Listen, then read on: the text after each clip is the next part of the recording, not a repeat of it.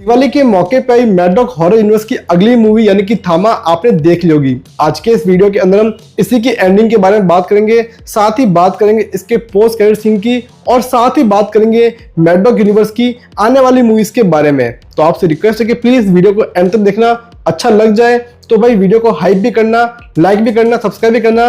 लेकिन हाँ, वीडियो शुरू करने से पहले आपको दे रहा हूं वार्निंग कि अगर आपने ये मूवी अब तक देखी नहीं है तो पहले ये मूवी देखो, उसके बाद यहाँ पे देखना इस पूरे वीडियो को। दोस्तों, मूवी का फर्स्ट हाफ तो कहना कि टाइम पास काइंड ऑफ ही था, जहां पर कॉमेडी कुछ जगह वर्क करती है, कुछ जगह नहीं करती है। इन दी मीन टाइम जो कैरेक्टर थे उनको इंट्रो भी दिया गया है, लेकिन सेकेंड हाफ मूवी का एकदम बैकबोन है, जहां पर ये यूनिवर्स कहाँ पे जा रहा है, किस फेज के अंदर पहुंचेगा, उसको एक अच्छे तरीके से डायरेक्ट किया गया है। जहां पर हमें देखने को मिलता है कि फर्स्ट ऑफ ऑल जो जन्ना है वो भाई भेड़िया की समस्या को लेकर जाके अंदर जो थे कटप्पा उनके पास पहुंचता है और बताता है कि भाई सरकटा से लड़ाई करने के बाद जो भेड़िया है उसकी पावर कम हो चुकी है, वो पूरी तरीके से भेड़िया नहीं बन पा रहा है। तो यहाँ पर वो देता सॉल्यूशन कि भाई अगर बेताल का खून उसे मिल जाएगा तो उससे पावर आ जाएगी। अब इन दोनों की फाइट होती है, जो कि भाई इस मूवी की ऑफकोर्स हाईलाइट था। यहाँ पर एक बूंद खून मिलने के बाद ही जो भेड़िया था वो एकदम बीस्ट मोड के अंदर आता है, क्योंकि कहा भी गया था कि एक बूंद खून से 10 गुना ज्यादा उसकी पावर बढ़ने वाली है। तो मतलब भाई बात साफ है कि अगर उसने बेताल का पूरा खून पी लिया तो वो कितना पावरफुल बन सकता है। जंगल के बीचों बीच में हमें बेताल की पूरी दुनिया देखने को मिलती है, जिनके भाई सरदार को बोलते हैं थामा।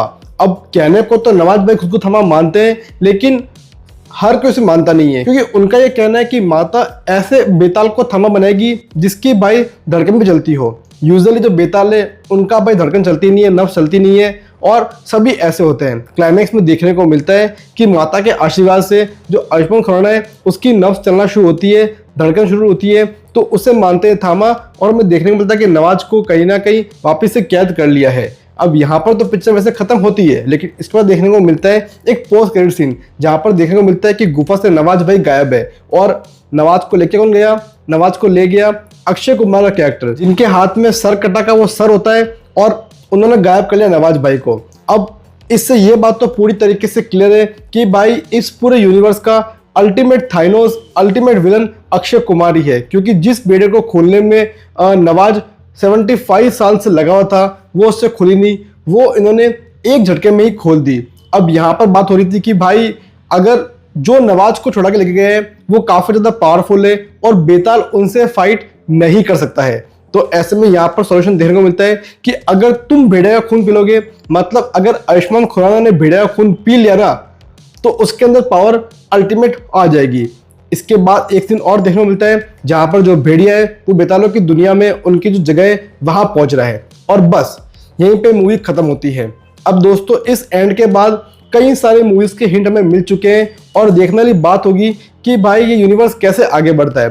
फर्स्ट ऑफ ऑल दोस्तों, इसके बाद आने वाली मूवी शक्तिशालिनी, अगर उसका अनाउंसमेंट टीजर आप देखो तो आपको देखने को मिलता है कि अनित पड्डा मूवी के अंदर है, और देवी माँ के बारे में कुछ लाइनें लिखी हुई है। बैकग्राउंड के अंदर माता का एक श्लोक भी आपको सुनने को मिलता है। उससे बात साफ है कि शायद इस मूवी के अंदर जो नवाज का कैरेक्टर था जटासन का, शायद उसका पूरा ओरिजिन देखने को मिलेगा।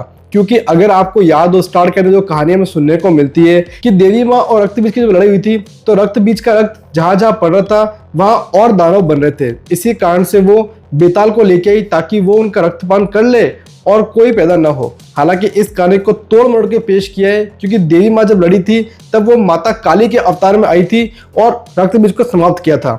यहाँ पर इन्होंने बेताल की कहानी को इस कहानी के साथ में चिपकाया है, तो माइट भी शक्तिशालिनी मूवी के अंदर इसी कहानी को और अच्छे तरीके से एक्सप्लोर करे और नवाज का जो कैरेक्टर है उसे पूरी तरीके से एक्सप्लोर करके हमारे सामने पेश करे। उसके बाद दोस्तों नेक्स्ट मूवी आने वाली है भेड़िया 2, और बेसिकली ये पूरा कॉन्फ्लिक्ट होने वाला है भेड़िया और थामा के बीच। यानी कि एक तरफ होंगे वरुण धवन, एक तरफ होंगे आयुष्मान खुराना, दोनों एक दूसरे के खून के प्यासे हैं और दोनों को एक दूसरे का खून पीना है।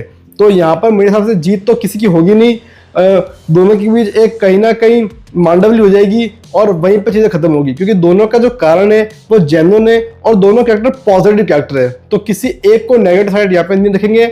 मेरे अकॉर्डिंग तो यही होने वाला है। इसके बाद दोस्तों आएगी नेक्स्ट मूवी चामुंडा, जिसके अंदर हमें एक तरफ आलिया भट्ट देखने को मिलेगी और इस मूवी के अंदर अक्षय कुमार आने वाले नवाज को साथ में लेकर।